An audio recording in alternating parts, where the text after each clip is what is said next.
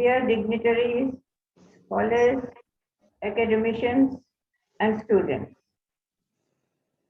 It is a great privilege and joy to be with all of you on the topic Gandhi as a global leader. I would like to thank the principal, Professor Satish, and Professor Dharappa Kunur for inviting me to this international webinar. If I'm not mistaken, did you say that I am the Vice Chairperson of Gandhi's Priti and Darshan Samiti? Well, I am not anymore the Vice Chairperson of Gandhi's Priti and Darshan Samiti. I am the Chairperson of Gandhi Museum, Sangrahalaya, the Gandhi National Sangrahalaya. But anyway, that is just to correct a little point. The topic is very interesting, Gandhi as a global leader. I would like to think of the whole subject as a global search for Gandhi. It is easier for me to speak when I think of this as a global search for Gandhi.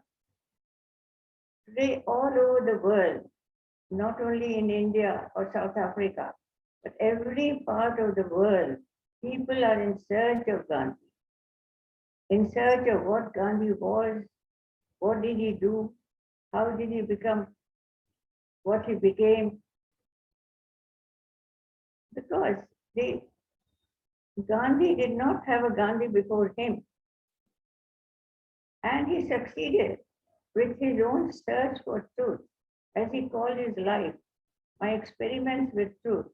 And what he did then with the society in India, fighting against injustice in his own country, then in South Africa, which led to a sense of liberation to so many countries and so many people. The whole world understood the meaning of non-violence and peaceful dialogue. But even then, it is a search, and I also wonder what magic this man had.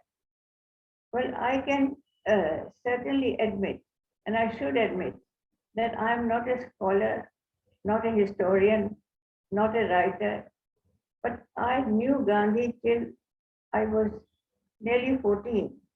I knew him very well. I was very close to his wife, Kasturba, my grandmother, and to all my uncles and my cousins and all the great leaders of that time, from North India to South India.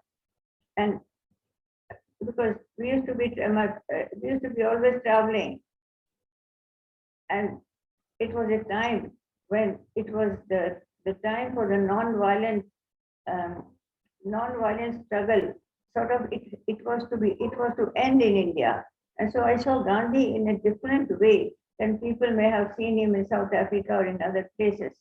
But still, I have very strong memories, very clear memories of my grandfather, certainly.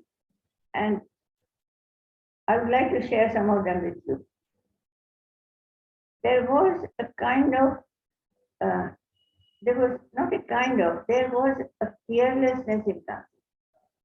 If you ask me, what was his asset? I mean, suddenly I would say fearlessness. Not the fearlessness of terrorists, because the terrorists cause fear in others. They create a kind of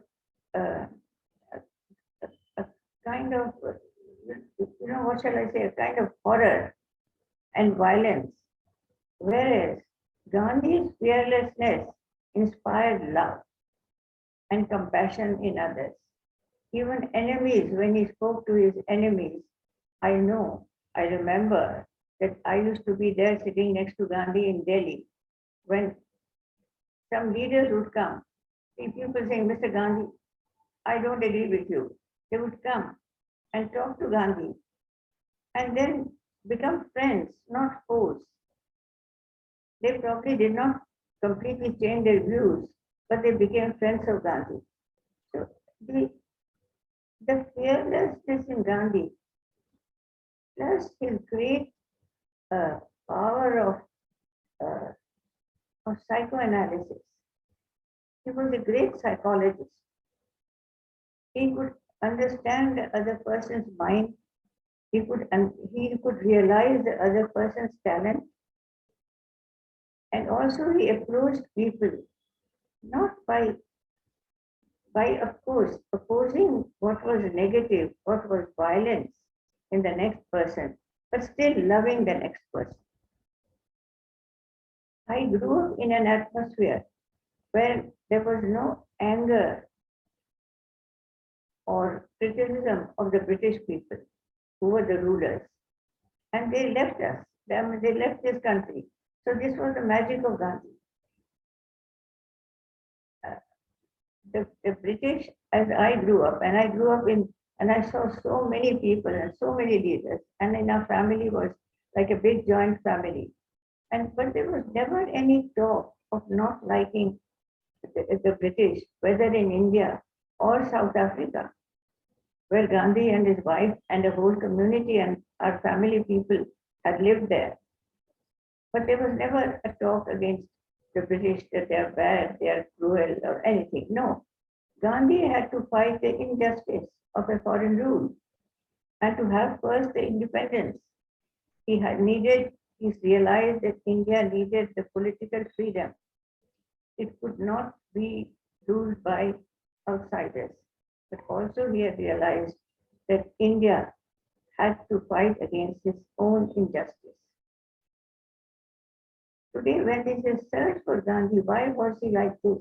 How did he become? I have a very simple answer to that. Simple, and yet I think it is the right answer, that he listened to his conscience. He was on a spiritual journey. He was a karma yogi. He wanted to work with reality on the ground, but be a spiritual seeker. And he was so grounded in his own philosophy that all other great philosophies of the world he understood well. And he came very close to understanding the beauty and truth of all great philosophies and religions. His ashram was full of people from different parts of the country and the world. So I'm not surprised that he has become the search of the world. Of course, I'm a global leader. I mean, people come and say, we need another Gandhi. But I personally think there is a Gandhi in everyone. If Gandhi means truth, love, compassion, then it is there in everyone. And it would not be fair to talk of Gandhi without mentioning his wife Kasturba. They both got married at the age of 14, and she never realized that she had married the man, really man of the, not just the century, but man of history, this icon of truth and love and compassion. But she argued with him. And then finally, when she agreed, she understood Gandhi's philosophy very well. And she almost went ahead of Gandhi in understanding his philosophy. Gandhi's today, there is something why people like Gandhi. I think there is a reason about it, that when they hear about Gandhi, read about Gandhi, they see something, recognize something in their own heart. Everyone feels, oh, this is like what I would have thought. He's like me, or I am like him. I think everyone sort of understands him as something that belongs to him. But I'm saying all this as my study of all the experiences I had with Gandhi. It is not from books, but it is my own experience, that how Gandhi understood the various psychology of the different parts of the country. And also he was a great student. He was a psychologist. He was like a farmer. In the end, he experimented with truth. Then he experimented with his attire in the last stage of his life, last decades of his life, to dress only like the farmer working in the rural India, to associate with the rural people. He, he connected himself with the rural people. He could connect himself with Tolstoy, with Churchill. I mean, so much so that Martin Luther King and Mandela were the great icons today. They all followed Gandhi. But the people who followed Gandhi really, the great people, without whom Gandhi could not have gone ahead the way he did, or could not have had success the way he had, because all these brilliant people were brought together again because of Gandhi. He saw the quality of Nehru as well as of Subhash Chandra Bose, of Sardar Patel and Rajgopalachari, of Maulana Azad, of Badshah Khan, of Tolstoy, and all the other people. Also, the so-called simple people, anonymous people, he realized their mind and he could bring them together. But here I would like to say, especially for the young people, that don't think of Gandhi as a very serious person. Think of Gandhi as laughter, as humor. He had a great sense of humor. So when we think of Gandhi, let us also realize that we are talking of a person with a great sense of humor. According to Gandhi, the greatest flow in creation is mother power, which is there in man, woman, and child. And this is what Gandhi said, Matra Shakti, Nari Shakti. And he became a father of the nation because he was like a mother to everyone. In fact, many people have written about him saying, Bapu, my mother. So he was, I mean, how much can I say for Gandhi? I would say listen to our conscience and let us do what is the priority, what is the right, and let us reach out. If we want to carry the message of Gandhi forward, then we have to listen to our conscience and reach out to the children and the youth of the world, because they represent the society, the future of the world. I think this is the shortest way today and the most urgent cause now. How to have a future where the mind is without violence and the environment is without pollution. And the children and the youth need an example from old people like me and from the parents and the teachers and the tutors. So let us now work together to create the vision of Sarvodaya. Let us bring the vision of Sarvodaya alive. And this is my homage to Gandhi and to the great people all over the world about whom we don't know, but who are still working like Gandhi, even without knowing Gandhi. And that is why we exist. So my homage to creation, to all the great people whom we know and whom we also don't know. And with these words, I want to thank you very much and all the best for the success of the webinar.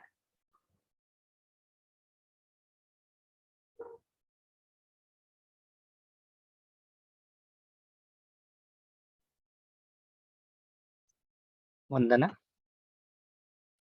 Yes, sir. Thank you very much, ma'am.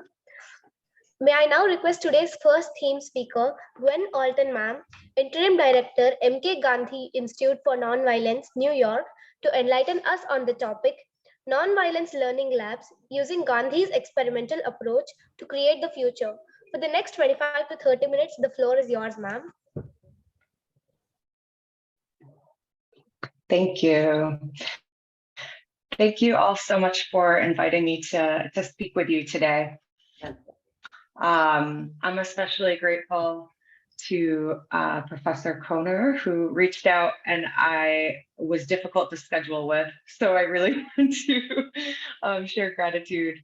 And so grateful to be in your presence and in the presence of such amazing people doing studying and learning to make the world better, and also sharing their knowledge and expertise. So very grateful to be here with you all.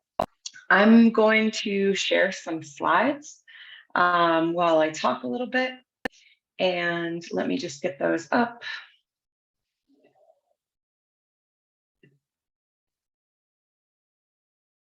This is a long title, I'm realizing now. Maybe it could have been shorter. But I want to talk a little bit about Gandhi and this idea of experiments in truth. And I also want to name, I am not a Gandhi scholar or historian. I am a humble follower and learner. So when I share what I think Gandhi talked about, it is through my own interpretation and not from an academic university. So before I move on to that, I want to acknowledge and name the land that I'm on. When I was first learning about Gandhi when I was in high school, like around 9th grade, so here would be, I would be maybe 14 years old, was when I was first learning about Gandhi and what he did in India and what he did all over the world.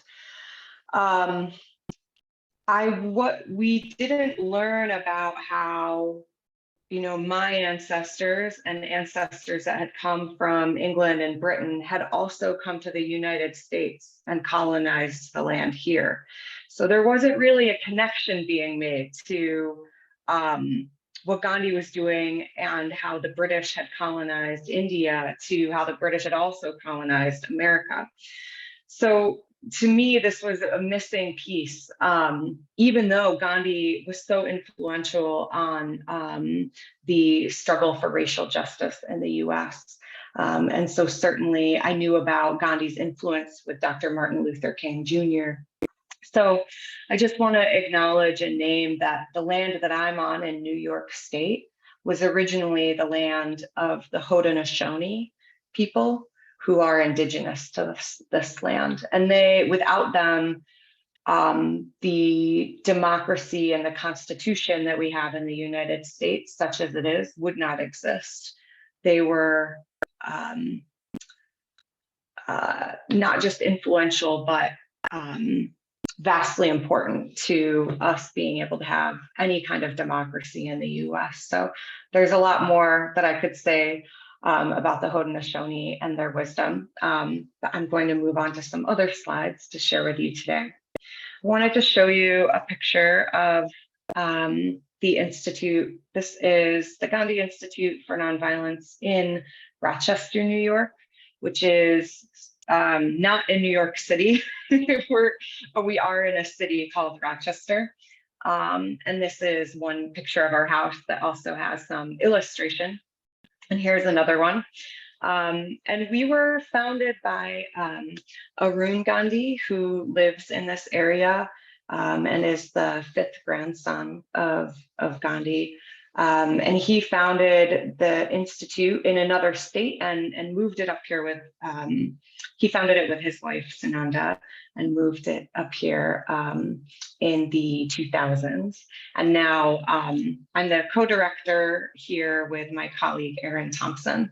And so we're a nonprofit, which means we're not a business, but we're an organization. And we work to equip people to use nonviolence to create a sustainable and just world. We collaborate with other organizations, academic institutions, students, and committed peacemakers to work on nonviolence education, restorative practices, environmental sustainability, and racial justice. And we prioritize programming for youth ages 12 to 24. So just wanted to say a little bit about the Institute, and I'll be saying a little bit more near the end of my talk. So I wanted to talk about experimentation and Gandhi's idea of experimentation, because For me, when I was first learning about Gandhi, this was really left out. I didn't know how much of a scientist Gandhi was. And certainly he wasn't described that way to me. And it wasn't until I was reading about him and then studying him and nonviolence movements more in college that I learned about how Gandhi used the scientific method. So I'm guessing many of you are familiar with the scientific method, but I just want to name some of the aspects of it. So we ask a question, we do research, you make a hypothesis, you make an estimate or a guess about what's going to happen, and you test the hypothesis, you observe the experiment, you analyze the results, and then you present the information to others. And then maybe you start that process again. So this is just the general idea of the scientific method. Now, Gandhi was a scientist in all kinds of aspects, in that he was applying the scientific method to many things that he was doing, and he was running experiments all the time. So he had questions. He was seeking the truth. He was saying, what is true in blank area? What's true about diet? What is true about spirituality? What is true about politics, relationships, community? He was seeking the truth in all kinds of areas. And so he would ask a question to figure out what is true, and sometimes true with a capital T. What is deeply true? What can I know in my spirit, with my consciousness, with testing it on the ground? And then he would make a hypothesis about this truth that he was seeking. So one example, to my understanding, earlier in his life, when he was, being around more English people, and they were all eating meat, and he had a hypothesis that if he ate meat, then perhaps, and if more people ate meat, then perhaps he would be stronger. And he wondered if this was true, and he experimented with it, and it was not true for him, right? He found out that it had bad consequences for him. It affected his conscience. I've read a story that he woke up thinking about the animal that he had eaten, and that it was trying to come out of him, right? But he tested this hypothesis. He wanted to see what's true about meat eating. So he questioned everything, from my understanding. So when he would make a hypothesis, he'd then try these different ideas. These were his experiments, and then he'd pay attention to the results. So what happens when I eat meat? Oh, I feel differently, both in my body and in my spirit. I don't feel good about it. So I'm not going to keep going with that experiment. And then he tries something else. So Gandhi did a lot of experimentation with his diet. That was one area, but he did experiments all over. So then he would learn and make new attempts. So this framing of experimentation allowed him to do a lot more than he would have if he had only been framing things as good and bad, right and wrong, success and failure. And it made him, from my understanding, excited to try bold new ideas. So on the individual level, he could come up with practices for himself and pay attention to the impacts that these practices had in his body. And on the collective level, in community, he could get feedback from the group of people he was with. Does this work? What do we think? This is what my conscience is telling me. Let's try something else. And by sharing what he learned in community and learning together, they were able to keep iterating, keep experimenting, and move nonviolence and truth forward.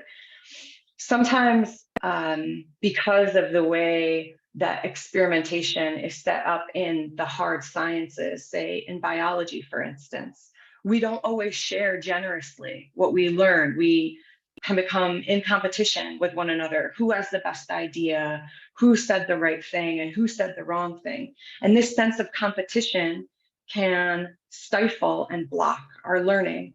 But Gandhi was deeply generous with his learning. He wanted everyone to know what he was experimenting with. He wanted others to experiment, and he wanted to share this knowledge and share the ideas of experimentation with others so that everyone could keep learning and everyone could get closer to the truth. So it's deeply collaborative, not competitive. So I want to say a few things about why experimentation matters. So this kind of experimentation can be a framework for learning, for sharing what is learned and iterating towards the truth.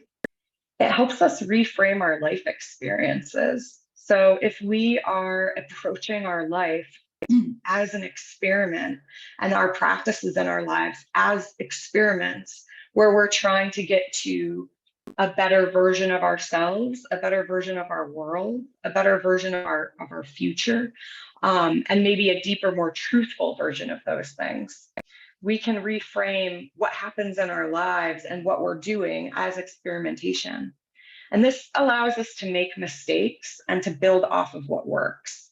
So when we're only thinking about things as good and bad and right and wrong, rather than experimentation where we expect some things will work, some things won't work, it's easier for us to learn from what happens in an experiment than it might be if we're making judgments about ourselves for messing up or doing something that didn't work so well. And another reason I think this experimentation is important is that we don't have a perfect model or a map for our nonviolent future. So if we imagine, for myself, I want to live in a world where nonviolence is the norm and where everyone matters, and those structures and systems that we have set up actually work for everyone. And we have nonviolence in ourselves and our hearts and our souls as individuals, but we also have them in community. And if I want that future, if that's my vision for the future, I don't have a perfect map for how to get there. So I need to experiment. I need to try walking down one path a little bit and see if it works. I need to try walking down another path and see if it works, and get feedback from community and from the world onto how these experiments are going. So not having something go perfectly can be a good aspect of experimentation. So one way that we can just kind of play with this experimentation in our brain, this idea of experimentation, is to reframe some things in our past from this experimental lens. So I want to offer some questions to just think about. So if you think back to something in your past that you consider a failure, something that you did that you would consider a failure, and once you've got that idea in mind, you can think through, what did you learn from that failure? What did you learn? Did you change something about the way you moved forward? Did you change something about that topic based on what you learned, based on what you failed at? Are you able to think of this mistake as an experiment? Instead of it being a mistake or a failure, could you think about it as an experiment where you learned something and then you changed? And I'm not proposing this idea to say that we should all just feel good about our mistakes and our failures, and if we've done harm, that we should just feel good and think, oh, it was just an experiment. But instead, for us to play with this idea that we can take a playful approach to learning. I was so happy to hear about Gandhi's playfulness and sense of humor. It's my understanding from what I've heard too, and I think about how play is an important part of learning. And if we can bring a playful approach to our mistakes, I think we'll be more bold in what we try. And we need a lot of bold experiments to get from the world that we are in today to the world of our visions.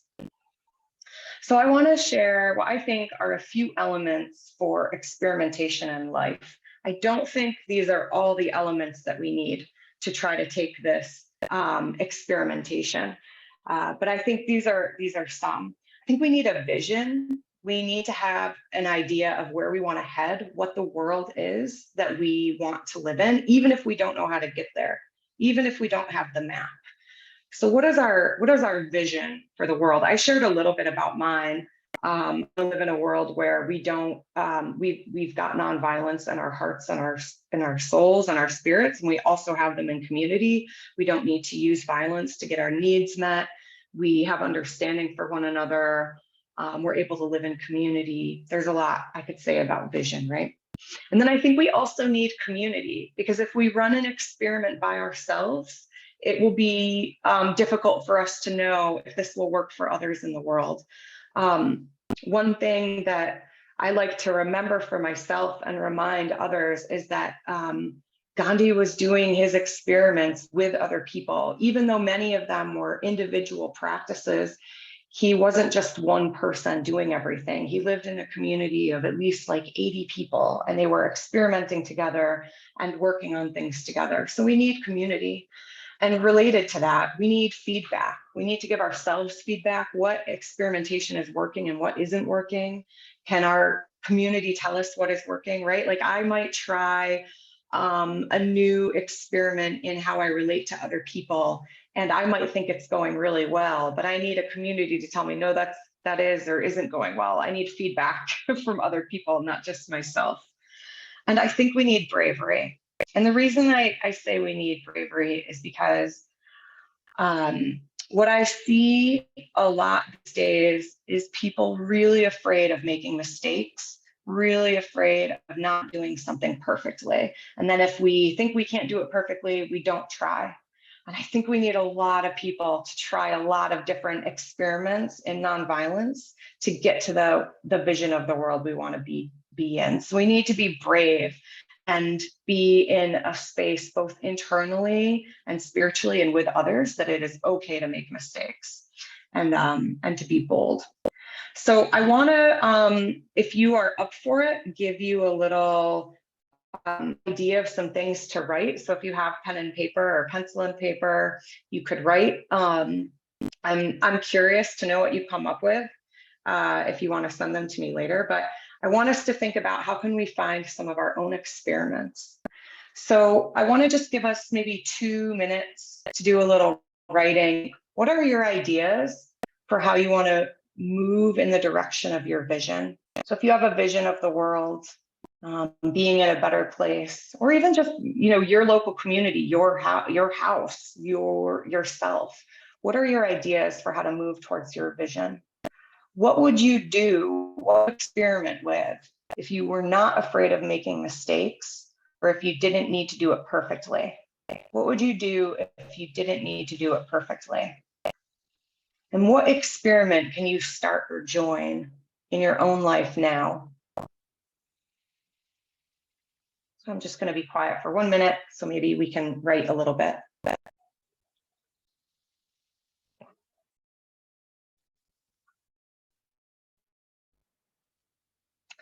And what I want to do is hear from some of you. And I know my time is running out, so I want to just share a couple more slides. And at the end, I'll have my email address.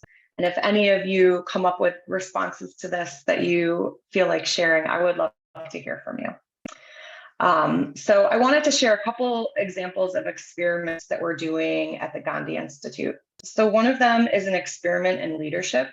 We wanted to see, can we run this nonprofit, this organization, with a different model of leadership? Can we do it instead of power over? Can we have 2 leaders? So right now we have 2 leaders, myself and my colleague, Erin, and we're seeing if we can hold the organization together and use collaborative decision-making. So we use a lot of decision-making that isn't us deciding things for everyone else, but we try to decide things together. So we are experimenting with different decision-making processes to see how that goes. We're experimenting with how to take care of one another and our capacity. So there are 4-day workweek experiments going on all over the world. And so that's one that we've joined. So we didn't start that experiment, but we're joining in others' experiments around a 4-day workweek. to try to care for everyone. We've got a really big, close to an acre of land on the house, and we are experimenting with different models of garden sustainability, but I won't get into all of those details. And we're also experimenting with ways to reduce violence. The city that we live in Rochester, New York, has experienced a lot of gun violence in the last year, especially. And so we're experimenting with different workshops and programs and teaching people what's called de-escalation skills. So how to use our bodies and our words and our tone of voice to help people calm down so that they don't escalate to violence. So those are some of the experiments that we're running, and we're trying to do many more. So I just wanted to give you a few examples. I want to share my email address in the chat. And I want to, thank you all so much for inviting me here to speak. I'm so grateful to be with this group of learners. And I will stop sharing my screen and turn it back over to you.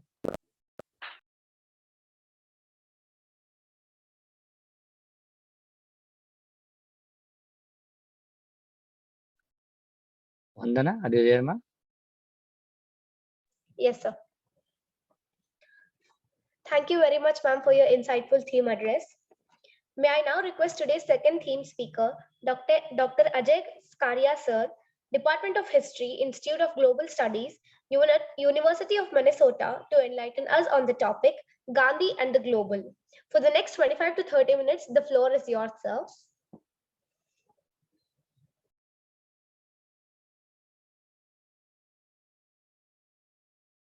Sir, please unmute. Yes, sir. Can you hear me? Yes, sir. Yes, sir, we can hear you. Excellent. Thank you for the invitation to speak. I'm truly honored to be with you today. And, it's a very big topic that you've asked me to speak on. And I want to begin by noting a paradox about Gandhi. We all know that, if anybody's to make a list of the most globally respected political leaders of the modern age, Gandhi would possibly rank #1 in them. In fact, I do not think any other leader would come close to this kind of attraction, that we have for Gandhi, right? I'm not saying that Gandhi is necessarily #1. In fact, Gandhi himself would have been the first to say that, I don't care whether I'm #1 or #200, 2000, right? And he would have said that's not a good marker, right? And I think we have to maybe take something from why would Gandhi say that, and ask what is the sense in which Gandhi would be a global leader?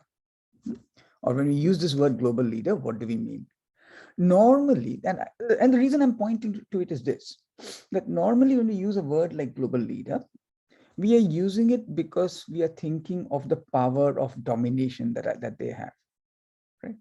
When you think, who are the global leaders, right? You might say Biden is a leader. You might say Xi is a leader, right? And when you say that they're leaders, what you mean is they have a political and military and economic power that makes it possible for them to dominate our lives, right? So that is one kind of leadership. Often when we say that India is now getting into a position of leadership in the world, what we mean is that this kind of power is increasing.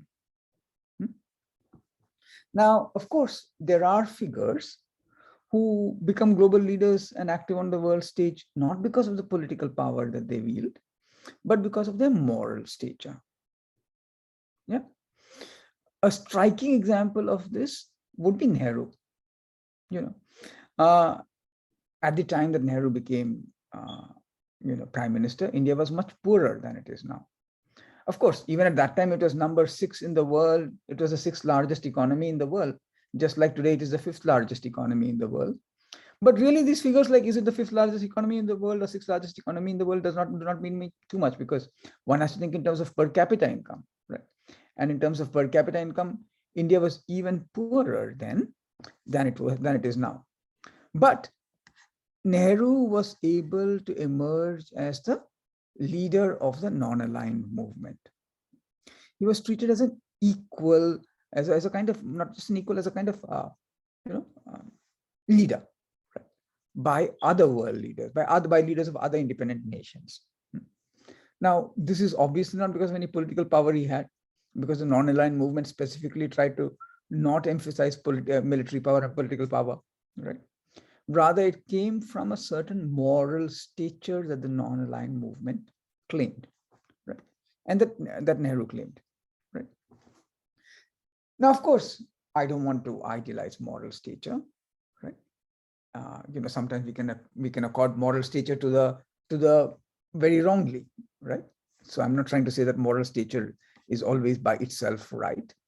But so all I'm trying to say for now is that the sense in which Gandhi is a leader is different from the leadership exercised by those who have political and economic or military power, right? That is to say, all I'm trying to say is that his power springs from a certain moral stature. Yeah. And of course, he's not alone in this. There is Ambedkar, there is MLK, there are so many other people whom you can think of whose power springs from a moral stature, right? Both these are the examples I gave are of good ones. If you just think of if you think a little, you can come up with not so good examples very easily, right? So this is the first thing I want to say then, that, when you think of Gandhi as a leader, you have to realize that you're thinking of something that is to do with not political power, not the power of domination, but the power of, in some sense of the word, the power of persuasion, and the power of persuasion based on morality. Now, what I want to go further, so having finished this first step, I want to go further and ask, okay, what is this morality that what is this morality involved in non-violence, right? And I would like to hear what I'd like to really do in the rest of this talk. 20 minutes is not that much, 25 minutes is not that much, is focus on one word specially, and that is the word courage, abhay. If you use the word that Gandhi was using, it is abhay. And that's a word that, when Tara Gandhi spoke of Gandhi, she emphasized it. When Gwen Alton spoke of how to pick up Gandhi, again, she spoke of bravery, right? Which is the same word as courage, right? In a different way. And, the reason I'm emphasizing courage is that, the crux of nonviolence is courage, right? Without courage, we cannot even begin to conceive of nonviolence, right? That's why, for example, just to give a very simplistic example, let's assume that I say, oh, there is this, this violence going on there. These people, these communities, these people are violently stopping people from wearing the hijab, for example, give an example of something that's happening in India now, right? But I won't do anything about it because I'm a non-violent person. Now, let's not fool yourself. In that case, you're not being non-violent. You're just being cowardly, right? Now, you may have right reasons for being cowardly, or you may have wrong reasons. That I don't want to go into that right now, because everybody has to cultivate the courage within themselves for when they will protest and when they will not protest. I'm not going to tell you, but I can think of many, many occasions when I felt that I was not courageous enough, right? And when I was cowardly. So I'm not saying that, I'm not trying to say that I'm some kind of, I'm certainly not claiming any courage, right? I'm just saying that, simply refraining from action is not nonviolence. Violence is to intervene without weapons, nonviolence is to intervene without weapons and without arms in situations where justice is required, right? And you can see why that requires courage, right? Because if say something wrong is happening and I go and call the police and I go with the police and stop it, obviously I've still got a moral sense and I've done something right. But I have shown some moral courage, but the moral courage would be much greater. I'm also protected by having the police behind me, right? If I were to go myself that involves a different kind of courage. If I had to try and morally change the persons engaged in that, that would involve a different kind of courage, right? So you can see why courage is important, and it is perhaps symptomatic that, one of, in a way, Gandhi's greatest critic, one of Gandhi's two greatest critics, the greatest critic being Ambedkar, the second greatest critic being Nehru, was, one of Gandhi's second greatest critic sometimes said that, there's this wonderful passage in The Discovery of India where Nehru talks about Gandhi. And now there's not much about Gandhi actually in The Discovery of India. And then he talks about when Gandhi came to India, right? When Gandhi became, not came to India, when Gandhi became a prominent figure in India. And he says, the essence of his teaching was fearlessness and truth. And action allied to always keep, and action allied to these, always keeping the welfare of the masses in view. The greatest gift for an individual or a nation, so we had been told in our books, was abhay, fearlessness. Not merely bodily courage, but absence of fear from the mind. Janaka and Yajnavalkya had said at the dawn of our history that it was the function of the leaders of a people to make them fearless. But the dominant impulse in India under British rule was that of fear. Pervasive, oppressive, strangling fear. Fear of the army, fear of the police, of the widespread secret service, fear of the official class, fear of the moneylender, fear of unemployment and starvation, which were always on the threshold. It was against this all-pervading fear that Gandhi's quiet and determined voice was raised. Be not afraid. That is what he said. Was it so simple as that? Not quite. And yet, fear builds its phantoms which are more fearsome than reality itself. And reality, when calmly analyzed and its consequences willingly accepted, loses much of its terror. So suddenly, as it were, that black pall of fear was lifted from the people's shoulders. Not wholly, of course, but to an amazing degree. As fear is a close companion to falsehood, and you can understand why Nehru is saying this, because when do we engage in falsehood? When do societies engage in falsehood? When there's a certain fear, right? So truth follows fearlessness. The Indian people did not become more truthful than they were, nor did they change their essential nature overnight. Nevertheless, a sea change was visible as a need for falsehood and furtive behavior lessened. It was a psychological change, almost as if some expert in psychoanalytical methods had probed deep into the patient's past, found out about the origins of his complex, and exposed them to his view, and thus rid him of that burden. Right? So that was this long, sorry for this long quote from Nehru, but I thought it was such an insightful quote that I just wanted to share it with you. And what I would like to do in the time that remains, I think, would you say I have around 20 minutes left? Is that too much? Or can I take another 20 minutes, you think? You can continue, sir. Okay, thank you. So I want to really distinguish between four or five things, and I want to say, if you have the patience and if you have the inclination, much of what I'm going to say here, I have written in publicly accessible articles that are not behind any paywall, that are not only for academics.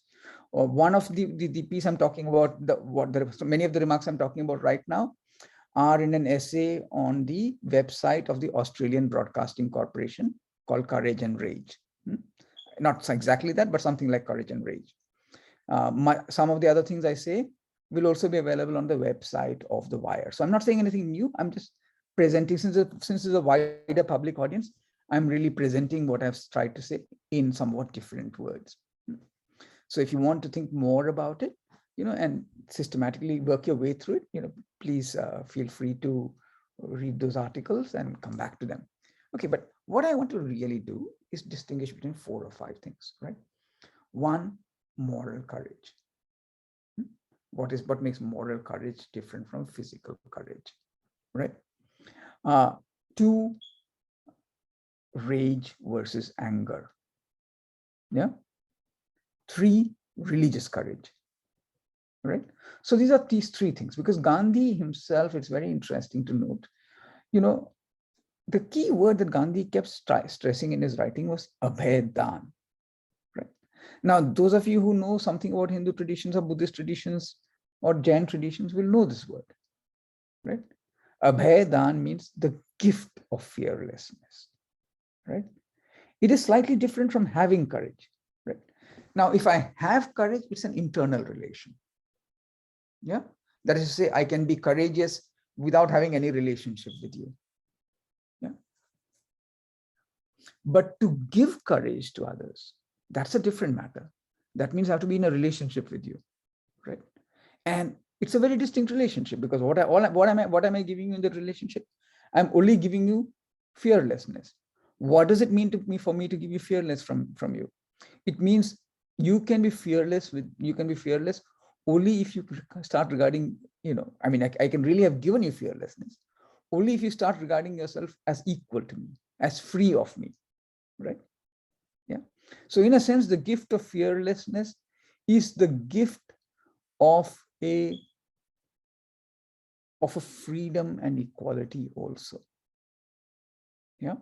I'm not saying that this is necessarily there in the classical texts, but this is what Gandhi, reading these classical texts in modern times, gets out of these texts. Yeah. And so the reason I'm stressing this word abhedan before I go on is because, just in case I don't have time to get to it, I want to stress that this is the telos from which I'm speaking. This is the kind of goal that I want us to keep in mind as I speak of other things, right? So that, abhedan is the crux of non-violence. Yeah. Not just abhay, but abhedan. Yeah. With that, let me just quickly trace my steps through some of the things that I want to say. Yeah. And I want to really stress, first of all, that, that what is going on here is, first of all, a distinction between moral courage and physical courage. And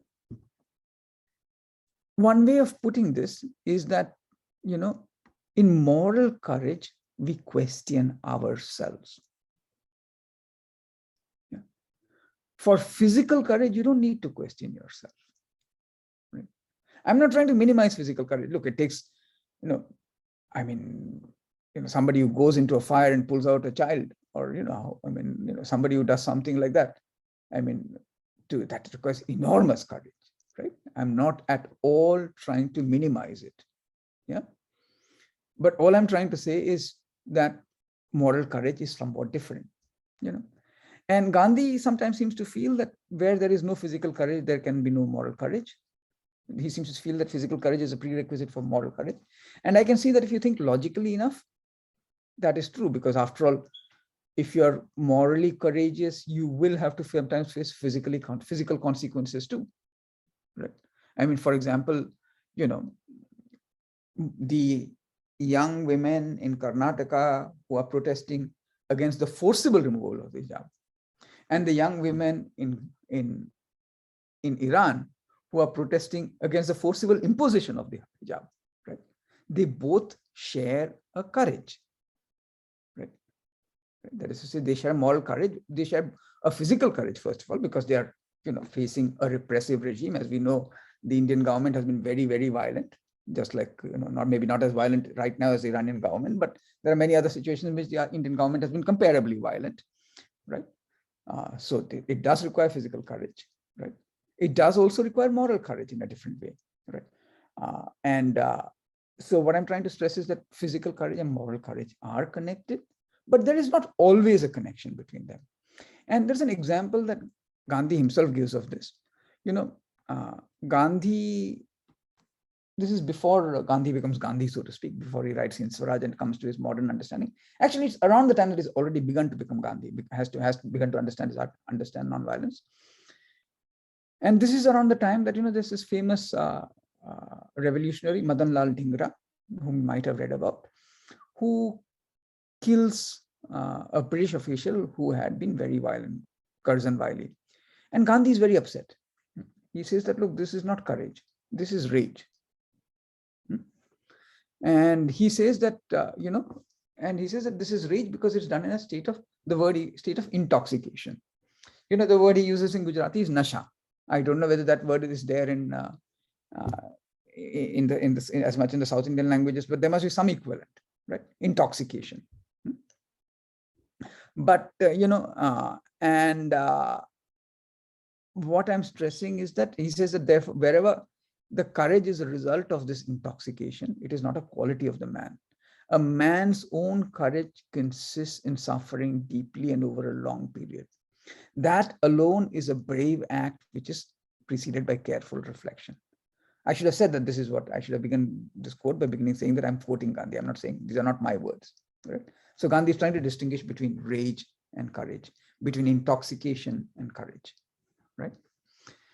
And whether he's right about Dhingra or not, I don't think he's right. I think he's projecting onto Dhingra what he sees in Savarkar, right?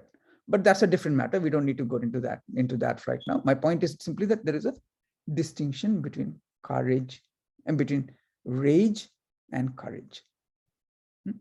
The violence done out of rage and the violence done out of courage. Yeah. So, for example, he considers the arms-bearing warrior courageous, because the arms-bearing warrior has at least made the decision consciously. So he's not saying that the arms-bearing warrior lacks courage, right? The arms-bearing warrior has physical courage. The Madan Lal Dhingra for him does not even have physical courage. He has only intoxication, right? So intoxication, physical courage, and moral courage.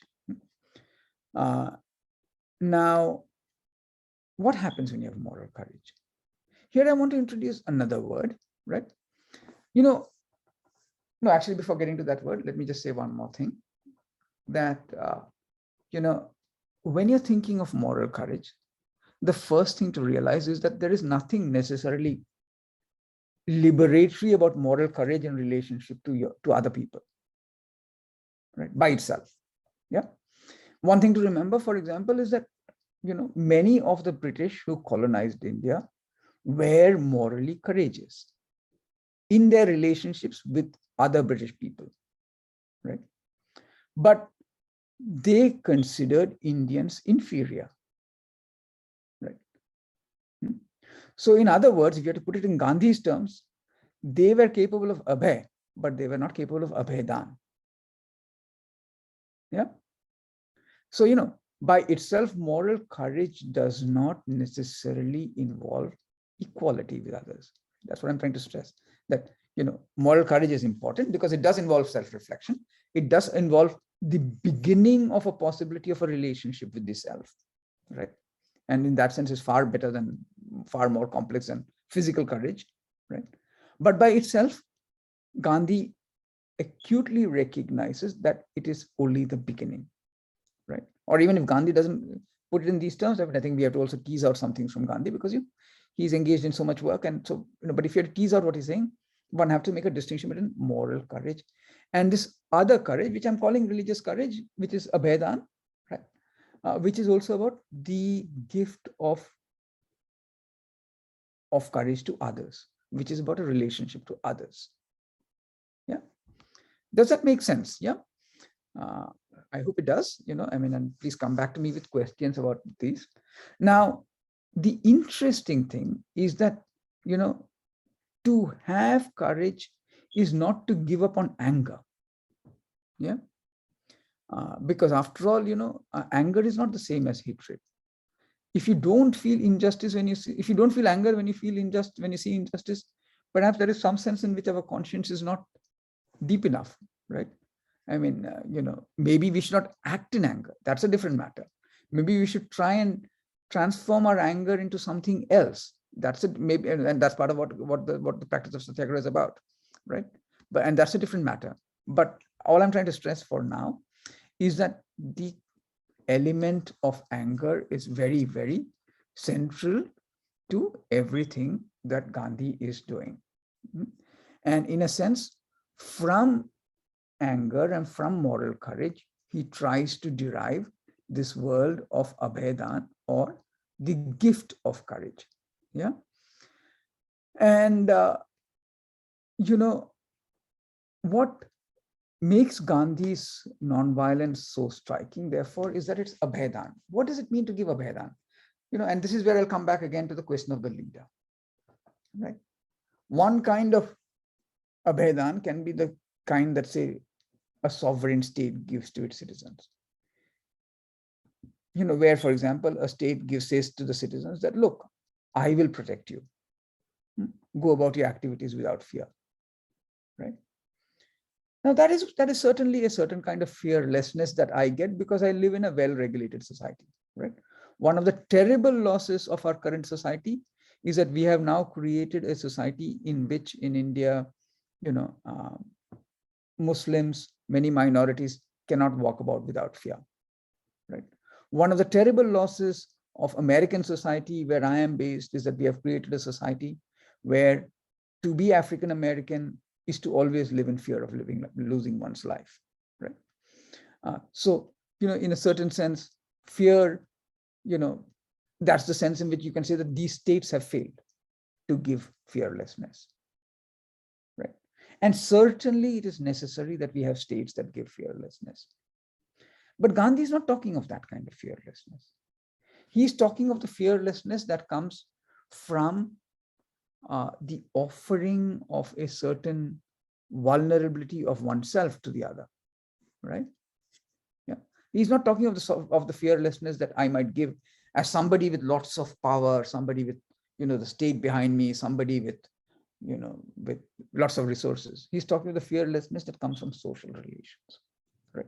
Which is a sense in which it's both collective and individual, right? Now, I could say much more about these things, but I think I've already taken around 25 minutes, and I hope my remarks have made some sense to all of you.